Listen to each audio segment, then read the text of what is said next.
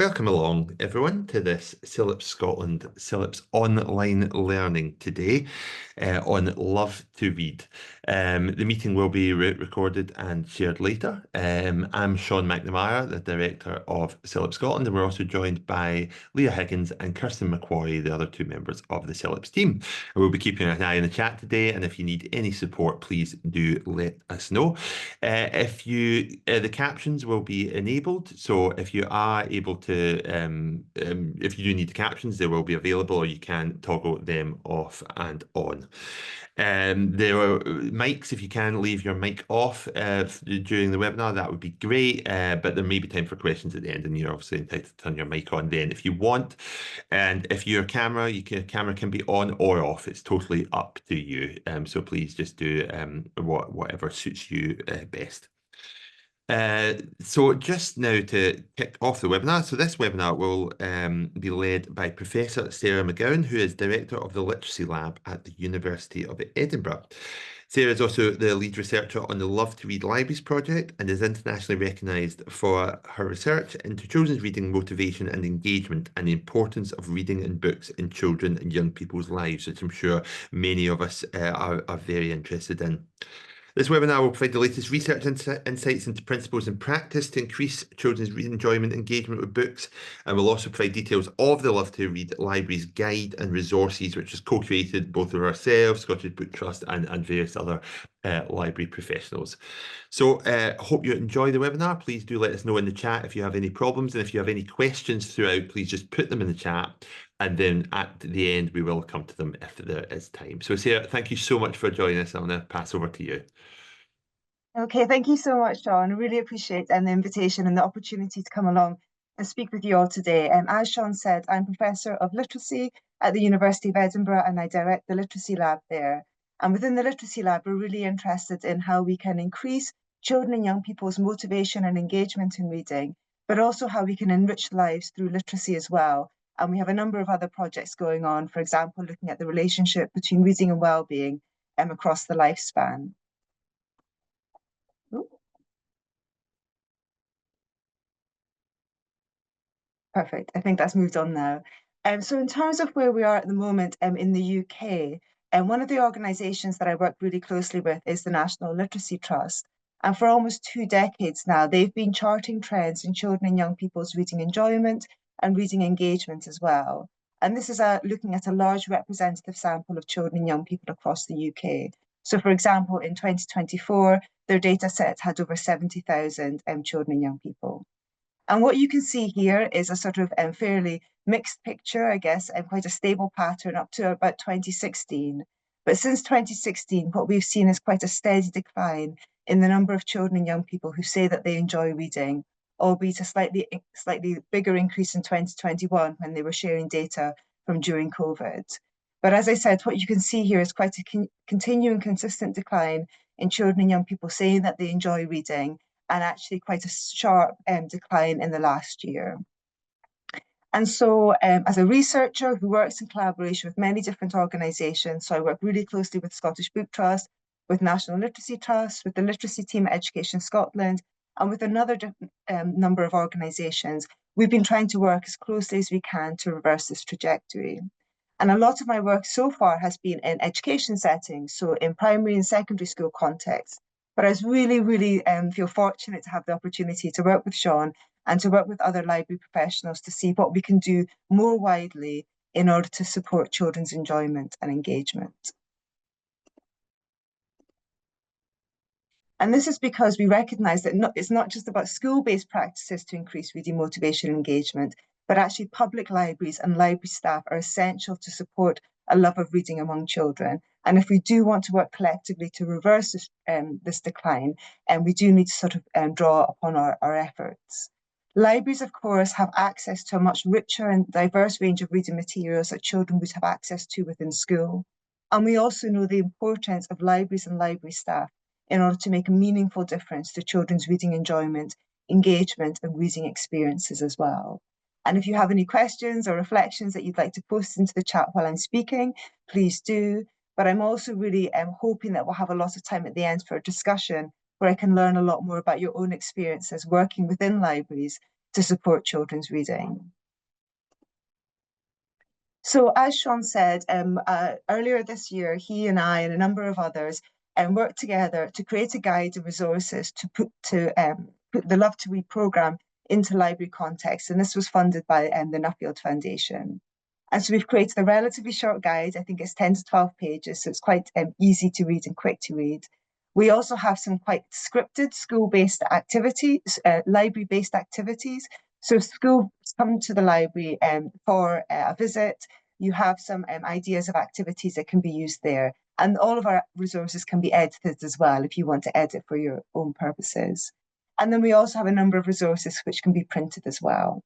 But importantly, these resources are underpinned by quite an extensive body of research, which shows us how we can increase children's motivation and engagement in reading. And I'll talk a little bit about these now. But before I do, again, I just want to stress that why it's important that we do this work. Well, we know that there have been continued declines in children's reading enjoyment and engagement, but we also know that reading is associated with a range of rich and diverse positive experiences and outcomes. And my work focuses specifically on supporting children's book reading, that is fiction, non-fiction book reading, but I also recognise the essential role of graphic novels and comics and other text types as a way of developing children's reading interest as well.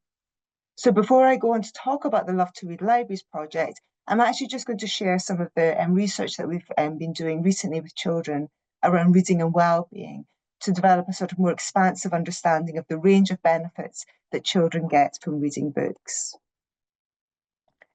So in terms of the benefits that children have from reading books, I think one of the main benefits that we see coming out is a sort of diversity of emotional experiences.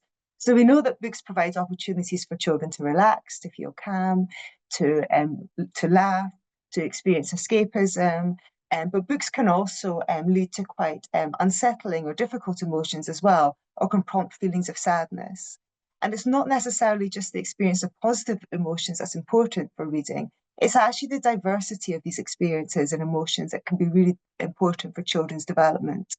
And we can see here this quote in The Child in Second saying that a book's made them feel happy, sad, confused, question themselves, but actually in some ways it's helped them to figure out how they're feeling themselves, and it's given them an emotional vocabulary to be able to talk about these things as well.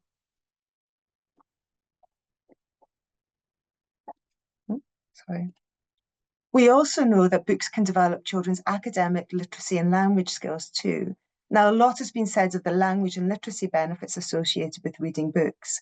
So, for example, books introduce children to a much wider and richer and more sophisticated language than they would experience in everyday conversation. When we look at the characteristics of everyday spoken language, it's actually characterized by quite a limited number of words, poorly formed grammatical structures, as we say, as we speak. And so books actually give children access to a much wider vocabulary, more complex grammatical structures than they experience through any other ways. And in this way, it can really expose them to high quality language. Books also provide opportunities for children to develop their literacy skills, whether this is word reading, reading comprehension and spelling skills, or writing skills as well.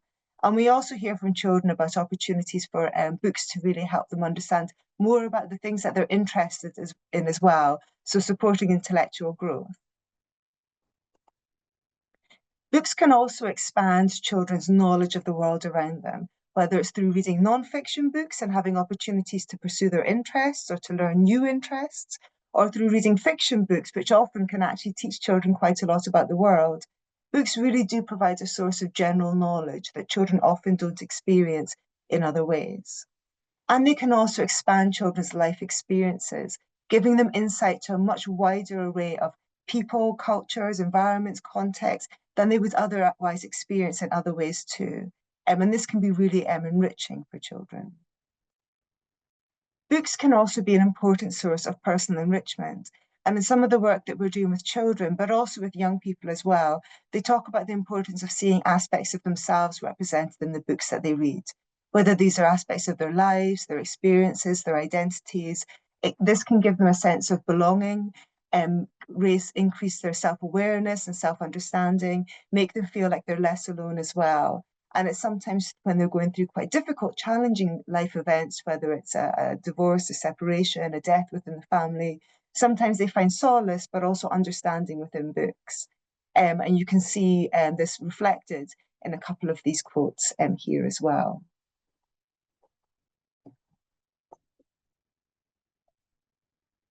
In addition to developing understanding of self, books can also help us to understand other people better too. Now, books as a form of narrative are actually quite different from other forms of narrative, such as film or TV, in that books often give greater insight into characters' inner worlds, and so we can give a greater insight into a character's feelings, intentions, beliefs, thoughts, and in doing so can really support children's ability to see things from others' perspectives and to empathize with others as well. And so they can be a really rich source of empathy development for children. In the project that we've just been finishing, which is about reading and well-being, we've been taking quite an expansive role, quite an expansive view of what well-being is, and actually well-being encapsulates all of these points here. But in terms of how well-being is often thought of, it's often thought of as sort of positive feelings. And you can see here the ability for books to sometimes support children to manage with stress or manage with difficult circumstances, or just to provide some light relief as well. In terms of fostering connection with others, books can do this in a couple of different ways. So one is through having opportunities to share and to discuss and to recommend books with each other and develop a better understanding of people around them through the books that they both enjoy reading. But books can also reflect the social world that we live in, and they can give children a good insight into the types of relationships and friendships that they may want within their own lives as well. And you can see this reflected in the bottom quote here, where a child seeing a book about a friendship and thinking that that's the kind of friendship that they would want for themselves. And finally, this isn't a quote from children, this is from the OECD. But what this really shows is that reading books has the opportunity to leverage social change as well. And so what this PISA data did was it looked at the relationship between parents' income and children's reading engagement. And they found that parents who have a low income, but children who have high reading engagement, have better reading skills than if parents have high income and children have low reading engagement. And so fostering a love of reading, a depth of engagement in reading, really provides the opportunity to increase children's attainment outcomes. And so the work that I'm doing is really around trying to extend the benefits of reading books to as many children as possible and using everything that we know from research in order to support this. So Love to Read Libraries is a summary of 6 research-informed principles which we know can support children's enjoyment and engagement. And working with Sean and some others as well, we created a range of practices which can be easily adopted into public library settings. And the principles that I'm going to cover are based on extensive research literature. And really what I did was I took this research literature and tried to distill it into some key messages that professionals need to think about when they're trying to support reading enjoyment and engagement. Okay, so the first principle is that of access. And this is about children needing to have regular and easy access to books within libraries which reflect their interests, preferences, lives, experiences, and abilities. It is impossible to foster a love of reading unless children have access to a range of texts that reflect the communities that you're working within. And of course, within each public library, you're going to be working and serving different communities of children. And so it's really important to think about who's in your community and making sure that the books that are there really suit them. If possible, so if you have funding to support with new book provision, seek children's input into new book purchases. So for example, one of the resources that we've created, a child can put their name, a title and author that they'd like, and a reason why they would like that book to be in their library. And then this can be posted up within the library. So children are seen to be more actively involved in shaping and curating and adding to the library collection. Okay, so this is when there is budget to do this. Look at book provision from the perspectives of all children and ensure that everyone has access. And do everything that you can to strengthen the relationship between your library and your local school as well, for example, through supporting school visits, to increase children's access to books, making sure that they become members of the library, that they know where it is, that it's a welcoming place. because I know that within schools, there's often lower access to books as well. So strengthening those relationships is really important. The next principle is that of choice. So children need to have choice over their reading activities. Libraries need to create structure that is be organised in such a way that it's clear what different genres are, that books are on display and recommendations are as well. But also children need to be taught the skills in order to ensure that they're able to make good reading choices. And by good reading choices, I mean those that align with their skills and also their interests. One of the most striking things that we found from the project, the Love to Read project, which was originally carried out in schools, was that although teachers teach children how to read words and how to develop their comprehension skills, they never explicitly teach them how to choose a book. This is just something that's left to chance. And for some children who are regular readers, they know the types of genres and authors that they like. But actually, for a lot of children, they have no idea how to choose books. And so we've created a series of sort of steps for children to think about in order to choose a book. And we talk about books as offering different types of experiences. So books which can make you laugh, to take you on adventures, to help you learn new things. But for children to just think about, first of all, what do they want from a book before going on and using different types of choosing strategies. Another thing that we find is that children will often rely on maybe the front cover or the blurb on the back or the title of the book or the author, and will choose a book based on that. But as soon as they open it, maybe there's something about the author's writing style or something about the book that they just don't like. And so we also encourage children as much as possible to read a few pages within the book before choosing. And then we also talk about the importance of peer-to-peer recommendation, asking adults who may be able to help, looking to see how things are displayed to help with their choices, and also swapping if they're unsure. And so again, these are resources that can be made available in libraries. And if you're hosting a school visit, what we have is quite a scripted activity which can be edited. It doesn't need to be done in this pattern. It's just to help, just to support children's skills in choosing books and understanding the library and what the library can offer them. The principle of time is about children having regular and quality time to read books and to take part in book reading activities. And there's a considerable body of research demonstrating how leisure time reading can really enhance children's reading and language skills and also well-being. And so we've created a number of different resources to support with this. So some of them, for example, are just quotes that come from children to highlight the different experiences they can have with books if they choose to read. In terms of connection, children need to be able to access and choose books and book reading activities which are personally relevant and relevant to their reading goals. And so what you want to do is make sure that the book provision reflects children's interests, lives and experiences, that you use the choice activities to help so that they're able to find books that they enjoy, that there's maybe prompting of sort of reflective reading practices as well. One of the things that we find through the activities that we do in schools is that children find that when they take part in reflecting reading activities, they get far more into the world of the book, or they're better able to explore personally meaningful content when they read in ways in which they maybe hadn't done before. And in this way, it really enhances and enriches their reading experiences. And also author and illustrator events can be really nice to support feelings of connection to others. In terms of social, this is about children having the time, the skills and confidence to be able to share and discuss books with others. So it's about extending beyond that individual act of reading to actually reading with others. So creating opportunities within the library for reading aloud, if you have a school visit, someone reading aloud, but also book talk as well. I know a lot of libraries often have craft activities, and if these craft activities can be created in such a way that they're developing children's knowledge of books, or the types of things that they might want from books, and their confidence in book talk, I think that would be really helpful. And we have some suggestions for this. And also it's about encouraging children to share their thoughts about books through writing, drawing, making recommendations that can maybe be posted up within the library. Because for a lot of children, it's that peer-to-peer recommendation or seeing what others have read and that makes them want to read that too.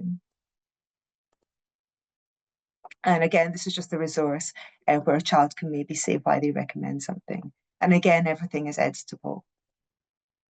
The final principle is that of success, and this is about making sure children have a range of rich and diverse positive reading experiences, can set goals for themselves and recognise their growing success as readers.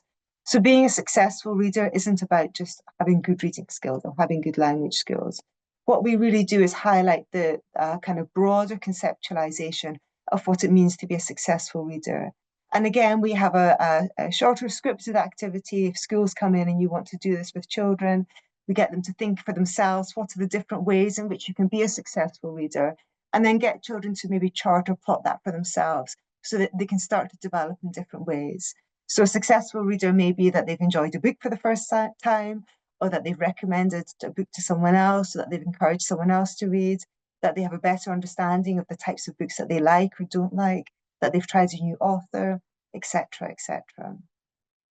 And all of these principles and practices have been tried and tested in schools and in primary schools, both in Scotland and in England, where we found evidence of promise, but they haven't been tried and tested in library settings, and with the exception of some work that we did with World Book Day last year, and where we did try some of these activities in public libraries where I led a few of them, and they seemed to go really well. So I'd be really interested if you do try any, what your experiences are. We do also have additional resources associated with the original Love to Read School project, which can also be used. So we've got posters, for example, for each principle, or a larger poster which could be used, which covers all the principles. And we have bookmarks which can be printed as well. And all of these guides and resources are all freely available on our website. I'd just like to finish by just saying a huge thanks to the library professionals and experts who supported with this. As a researcher who has spent all of their time in schools, I really needed the support of these brilliant people. And so I'm really grateful to them for helping us to think about how these activities could be adopted in library settings. And I would just like to say thank you all for listening. I've left quite a lot of time, hopefully, for some questions and discussion. And I'm always really interested to hear what librarians are doing themselves, what their concerns may be, what practices they're doing. So hopefully we'll have time to cover that in the discussion. There'll also be access to these slides afterwards, but as I said, all of our resources are freely available on the Love to Read Libraries website. And also I've given a link to our Literacy Lab website where we have a whole range of different projects going on, which, as I've said, are all around supporting children and young people's reading, or looking at the relationship between reading and well-being across the lifespan. And so there's more and more coming up there all the time. So